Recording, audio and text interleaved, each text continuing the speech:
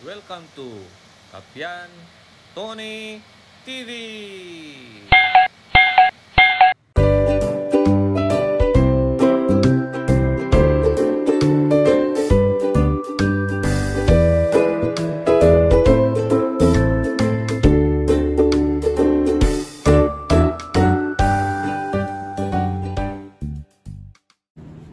Magandang araw po sa ating lahat. Ngayon po ay meron tayong gagawin. Magmamaitiban tayo. Ididikit natin itong mga upuan na may crack. Ito kasing upuan natin ay sa bigat ng mga umuupo may nag-crack dito. Ito, kung makikita nyo ito, ayan o, nag-crack. Kaya ayan yung crack nya o. Kaya subukan nating imaitiban yan. Gagamitan natin ng baking soda. Kasi mas makapit ang maitiban pag may baking soda. Tapos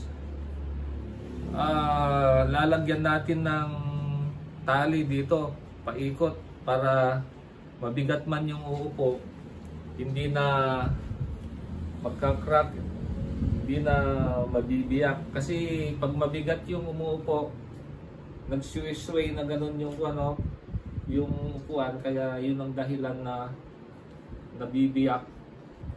O sige, mag-umpisa na tayo.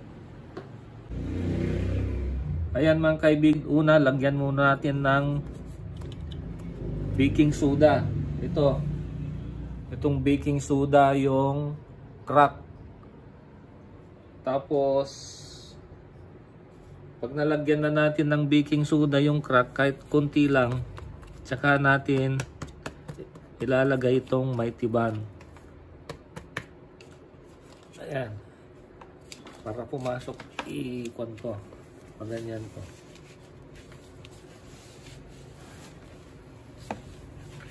Ayan.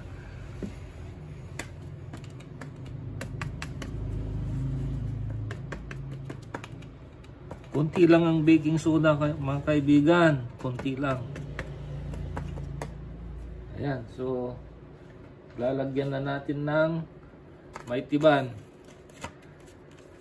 Usually ang mas maganda pag gamitan nyo po ng maitiban o kaya yung super glue. Mas maganda pag super glue at saka baking soda. Yun talaga ang makapit. Super glue po. Pero ang nabili ko kasi maitiban lang. Itong glue. Makapit din kasi itong maitiban na glue ito. Yan. Okay.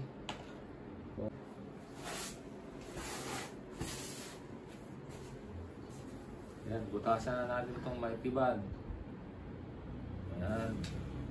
Tapos ilagay ito. Tapos magmaitiban na tayo.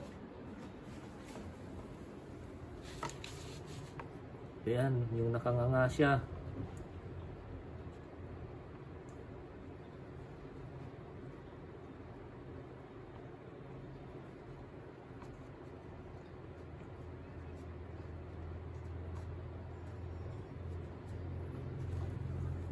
Yan, kahit kunti lang, pag pumasok na, ano na yan,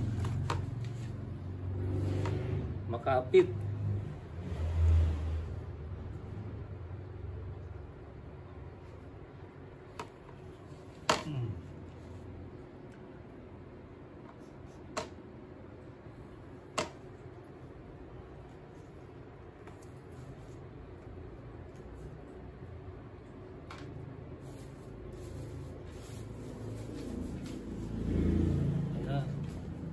Budburan natin.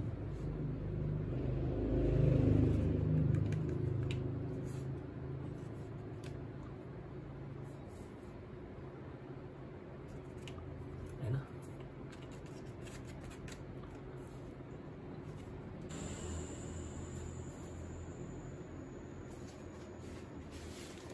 dito.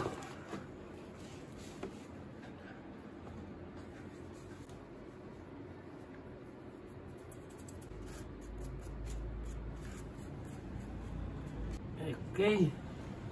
So, yan mga kaibigan. Makapit na. Maglalagay tayo ng gatla dito mga kaibigan sa baba para hindi dumulas yung taling ilalagay natin. Ang gamit natin ay raspador. Ayan. Gagatlaan lang natin para hindi dudulas yung tali.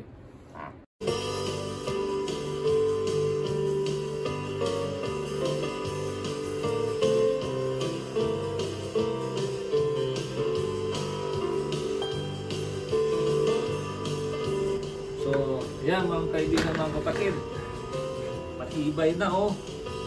Kahit uupo ka, hindi na hindi na mag-expand na gano'n yung hindi na magkakalat yung paa.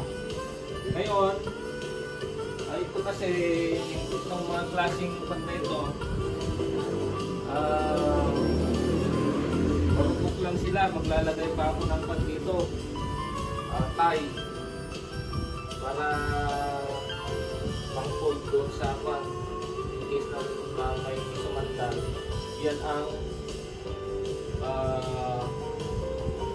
yun yung kakawak pag may sandal para hindi siya bagpak sa likod.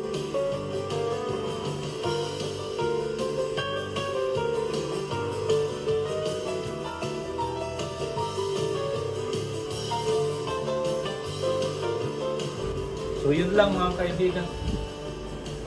Tapos na itong mga ginawa natin. Dito natin ginagamit mga kaibigan. Itong mga ginawa kong mga upuan. Dito sila ginagamit.